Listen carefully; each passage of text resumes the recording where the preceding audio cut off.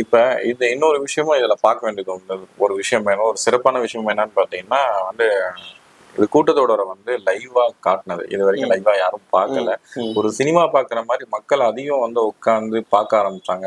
அதோட விழிப்புணர்வை பத்தி உங்களோட கருத்துக்களை. அதுதான் சொல்றேன். அதாவது வந்து கிட்டத்தட்ட ஒரு 70 ஆண்டு கால வரலாறு தமிழ்நாட்டுக்கு சட்டமன்ற வரலாற்றுல வந்து பாத்தீங்கன்னா மக்கள் முழுமையா இப்ப கடைசியா நடந்த ஒரு இந்த சட்டசபை தொடரை வந்து பாத்தீங்கன்னா 3 கோடி பேர் பார்த்திருக்காங்க ஒரு நாளைக்கு. இது வரலாற்றிலே கிடையாது. சட்டமன்றத்துல எவன் என்ன பேசுனான்னா, நம்ம எம்எல்ஏ என்ன பேசுறாரு, நம்ம மினிஸ்டர் என்ன பேசுறாரு, சிஎம் என்ன, யாருக்கும் தெரியாது. மறுநாள் செய்தியா வரும், அது வந்து எடிட் செய்யப்பட்டு வரும். அந்த செய்தியை தான் படிச்சுட்டு இருந்தாங்க. இவங்கதான் கடந்த திமுக அரசு தேர்தல் வாக்குறுதியிலே சொல்லியிருந்தாங்க, நாங்க வந்து நேரலை பண்ணுவோம்ட்டு. பண்ணல. எடப்பாடி வரும்போது சொல்லியிருந்தாரு, பண்ணல. இதுக்கு முன்னாடி இருக்கிற தொடர்ச்சியா கிட்டத்தட்ட 20 ஆண்டு காலமா இந்த கேள்வி வச்சுக்கிட்டே வருது. அதை வந்து அவங்க எலெக்ஷன் வரும்போது நாங்க நேரலை பண்ணுவோம் சொல்லுவாங்க, திருப்பி வரும்போது பண்ண மாட்டாங்க.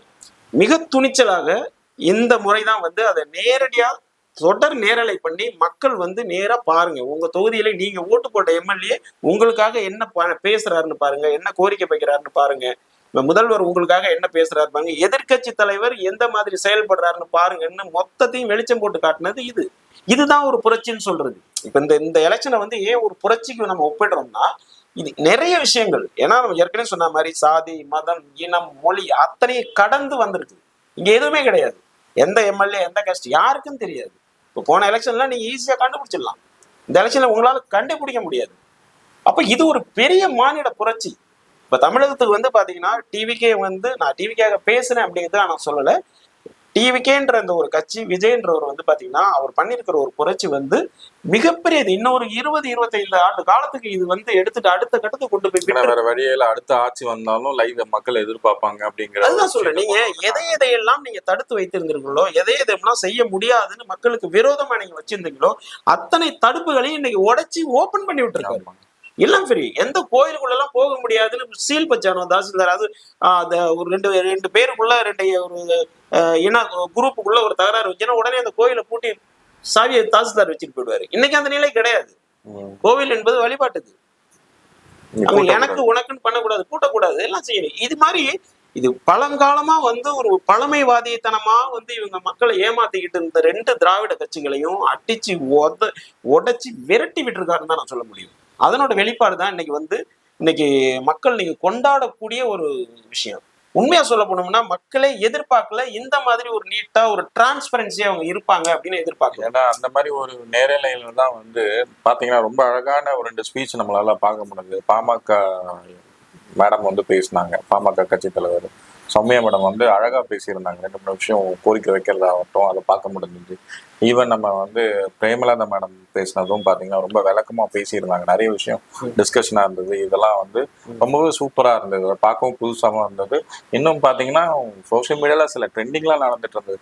சின்ன குழந்தைங்க கூட உட்காந்துக்கிட்டு அரசியல் நேரலையை பாக்குறத வந்து வீடியோ எடுத்து போட்டுட்டு இருந்தாங்க.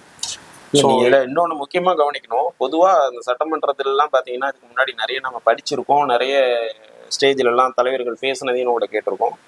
பல அமைச்சர்கள், பல எம்எல்ஏக்கள் வந்து தூங்கிடுறது. ஆமா, உண்மைதான். அங்க சட்டமன்றம் ஹெவியா இருந்தது, பின்னாடி உட்காந்து அங்க உட்காந்து இதுலயும் வந்து சில விஷயங்கள் பார்க்க முடியுது. சில அமைச்சர் தூங்குறத எடுத்து மீம் கிரியேட் பண்ணி போட்டுடுறாங்க. நாளைக்கு கட்சி தலைவரே முதலாளி தூங்கிட்டாரு அப்படின்னு. அப்போ இந்த சட்டமன்ற கூட்டத்தொடர் என்ன பண்ணாங்கன்னா, கட்சி தலைவர் தான் தெரியாரு. ஆளுங்கட்சியில இருக்கிற சில எம்எல்ஏ தூங்குறது கூட தான் நான் பார்த்தேன். அதுக்கு என்ன பண்ண முடியும்? பண்ணிருக்கலாம்ப்பா. அதனாலதான் 24 மணி நேரம் இது தொடர் நேரல் என்னொன்னு இந்த சட்டமன்றத்துல தூங்கல.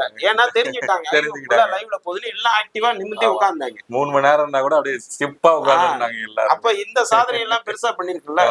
அதுதான் சொல்ல வரேன். ஏன்னா ஒரு பிள்ளை வந்து ஸ்கூல் முடிச்சு வரும்போது அதுக்கு ஒரு குழந்தை கார்ல உட்காந்துக்கிட்டு விஜய் மாமா என்ன பேசியிருக்காரு நீங்கன்ட்டு டக்குன்னு அதை எடுத்து ஒரு படம் பார்க்குற மாதிரி பார்க்க ஆரம்பிச்சிருச்சு. இது கூட ஒரு ஃபியூச்சர்ல வந்து ஒரு இளைஞரை வந்து ஒரு அரசியலுக்கு இழுத்துட்டு வர ஒரு ஒரு ஒரு கருவியா கூட இது வந்து இதுக்கு வந்து முழுக்க மூலக்காரம் நம்ம தமிழக முதல்வர் விஜய். நிச்சயமா. நீங்க இதுக்கு முன்னாடி இந்த 20-25 வயது இளைஞர்கள் வந்து சுத்தமா அரசியல் பார்வையே தப்பா தெரிஞ்சது. தப்பா இல்ல, அதை பத்தி அவங்களுக்கு ஒரு ஆர்வமே இல்ல. அது ஏதோ ஒரு தனி டிபார்ட்மெண்ட் நடக்குது, நம்மளோட என்ஜாய்மெண்ட், ஒரு படம் பாக்குறோம், என்ஜாய் பண்றோம், ஃப்ரெண்ட்ஸ் கூட போறோம் வர்றோம், இப்படிதான் இருந்தாங்க. அவங்க மொத்த பேரோட கவனத்தையும் அரசியல் பக்கம் திருப்பினார்ல, ஆமா. அதோட விளைவு தான் இந்த மாதிரி அதிர்பதியான ஒரு வெற்றி. இன்னைக்கு வந்து நீங்க எதிர்க்கட்சிகள் இல்ல இந்த அரசு எதிர்ப்பவர்கள் வந்து பெரிய அளவுல வந்து ஒரு எதிர்ப்பை காட்ட முடியல. ஏன்னா எங்க காட்டினாலும் அட்டாக் அங்க போகும். ஏன்னா சரியா போயிட்டு இருக்கிற ஒருத்தர் நீங்க என்னதான் திருப்பி வாதம் பண்ணா கூட எதெல்லாம் நீங்க எடுத்து போட்டாலும் உடனே உடைச்சு போட்டுறான். ஒண்ணும் இல்ல, உதயநிதி வாக் அவுட் பண்ணிட்டு வெளியில வந்து என்ன சொன்னாரு, அவரு வந்து சொல்லிட்டாரு, நான் வெளியில வந்து வீட்டுல போய் தான் பாக்குறேன், அமைச்சர் பேசிட்டு இருக்காரு அப்படின்னு ஒரு அபாண்டமான ஒரு விஷயத்த சொன்னாரு. அது லைவ்ல தான் போயிட்டு இருந்துச்சுங்கிறத மறந்துட்டாரு. ஏன்னா இவ்வளவு காலம் லைவ்ல போனது இல்ல, இவங்க ஃபுல்லா ஏமாத்திட்டு தானே இருந்தாங்க. அதனால அந்த டைம்ல பேசுறாரு. இவர் எப்படி சட்டமன்றத்துல இருந்து வெளியில வந்து இவர் வீடு எங்க இருக்கு, அந்த வீடு போய் உட்கார்ந்து இவர் டிவியை போட்டு பார்க்கும்போதுதான் மினிஸ்டர் பேசிட்டு இருந்தாருன்னு ஒரு அபாண்டமா பிரஸ்ல சொல்றாரு. ஆனா நடந்தது என்ன, இவர் பேசி முடிஞ்சதுக்கு அப்புறம் இவர் ஒரு ஒரு ஒரு ஏதோ ஒரு விஷயத்த வைக்கிறாரு, கோரிக்கை ஏதோ ஒரு விஷயத்த பேசுறாரு. பேசும்போது ராஜ்மோகன், அமைச்சர் ராஜ்மோகன் எழுந்திருச்சு அதுக்கு பதில் சொல்லும் போது இவர் உட்கார்ந்துருக்காரு. அவர் இவங்களை அட்டாக் பண்ணி 2-3 மேட்டர் பேசும்போதுதான் எழுந்திருச்சு வெளியில போறாரு. அவர் பேசிட்டு இருக்கும்போதே வெளியில போறாருங்கிறது லைவ்ல இப்ப ஒட்டுமொத்த தமிழ்நாட்டு மக்களே அதை பார்த்தான். அப்போ நீங்க ஒரு பொய்யை வந்து அபாண்டமா வைக்கும் போது அது எடுபடாது இல்ல, புரியுதா? அப்ப இதெல்லாம் இன்னைக்கு உடைச்சிருக்கு. இப்ப இன் ஃபியூச்சர் வந்து யாரு வந்தாலும் இனிமே அடுத்த பீரியட் லைவ் மாத்த முடியாது. ஏன்னா மக்கள் கேட்க ஆரம்பிச்சிடும், லைவ் போட வேண்டியதானே. அது எல்லாமே வந்து ஒரு பெரிய மாற்றமே வந்து எதிர்கட்சி தலைவரே வந்து மறுநாள் வந்து நான் ஒரு முக்கியமான விஷயம் பேச போறேன், இது லைவ்ல இருக்கான்னு கேட்டுட்டு தான் பேச ஆரம்பிச்சாரு. நீங்க அதை கவனிச்சீங்கன்னா தெரியும். அவர் வேர்ட் சொல்லியிருப்பாரு, இது லைவ் போதான் கண்டிப்பா போயிட்டு இருக்குன்னு நம்ம ராஜ்மோகன் நான் சொல்லியிருப்பாரு. சோ அது சொன்னதுக்கு அப்புறம் தான் இவர் வந்து எதிர்ப்புறையே பேச ஆரம்பிச்சிருப்பாரு. சோ அப்படி சொல்லும் போது இப்படி கூட எடுத்துக்கலாம்ல, லைவ் போகுதுன்னா இப்படி பேசலாம், லைவ் இல்லைன்னா நம்ம வேற பேசலாம், அப்படி கூட எடுத்துக்கலாம்ல. அது ஒரு கன்ஃபார்ம் பண்ணிக்கலாம்ல. லைவ் இல்லைனாக்கா அடிச்சு நவத்தி விட்டுறலாம் நம்ம. ஐயோ லைவ் ஒழுங்கா பேசணும். ஒரு பிரச்சனைகள் வந்து அந்த 1 hour லைவ் கட் பண்ணதா சொல்லியிருந்தாங்க. அது எதிர்ப்புலையா ஒரு அதிரடி நடந்தது, சண்டை கூட தான் வந்தது. அதெல்லாம் ஆக்சுவலி என்னன்னா, இப்போ ஸ்பீக்கருக்கு வச்சிருப்பாங்க, ஸ்பீக்கர் அதை அட்டன் பண்ணும்போது ஸ்பீக்கருக்கு இருக்கும். அப்ப ஸ்பீக்கருக்கு போக்கஸ் இருக்கும்போது அந்த பக்கம் நடக்கிறது வந்து இல்லாம இருந்திருக்கும். அது இயல்பு தான். பட் லைவ்ல தான் இருந்தது முழுக்க. ஆமா, ஏன்னா இனிமே வந்து கூட்டத்தொடர் வந்து எப்ப வச்சாலுமே ஒரு மக்கள் வந்து ஒரு பிக் பாஸ் என்டர்டைன்மெண்ட் மாதிரி இப்ப அதை பாக்குற மாதிரி ஆன மாதிரி ஒரு கருத்து வருதுன்றதுதான் என் கணக்கு. சட்டசபை என்டர்டைன்மெண்ட் ஆயிடுச்சு இன்னைக்கு மக்களுக்கு. என்ன பண்றது, நான் ஓட்டு போட்டாலும் என்ன பேசுறாரு பாக்கணும். அப்ப அங்க நீ வந்து எனக்கு அட்டென்ஷன் கொடுத்தாகணும். தூங்க முடியாது, தண்ணி குடிச்சிட்டு ஏதோ எழுதிச்சு எல்லாம் வெளியில போக முடியாது.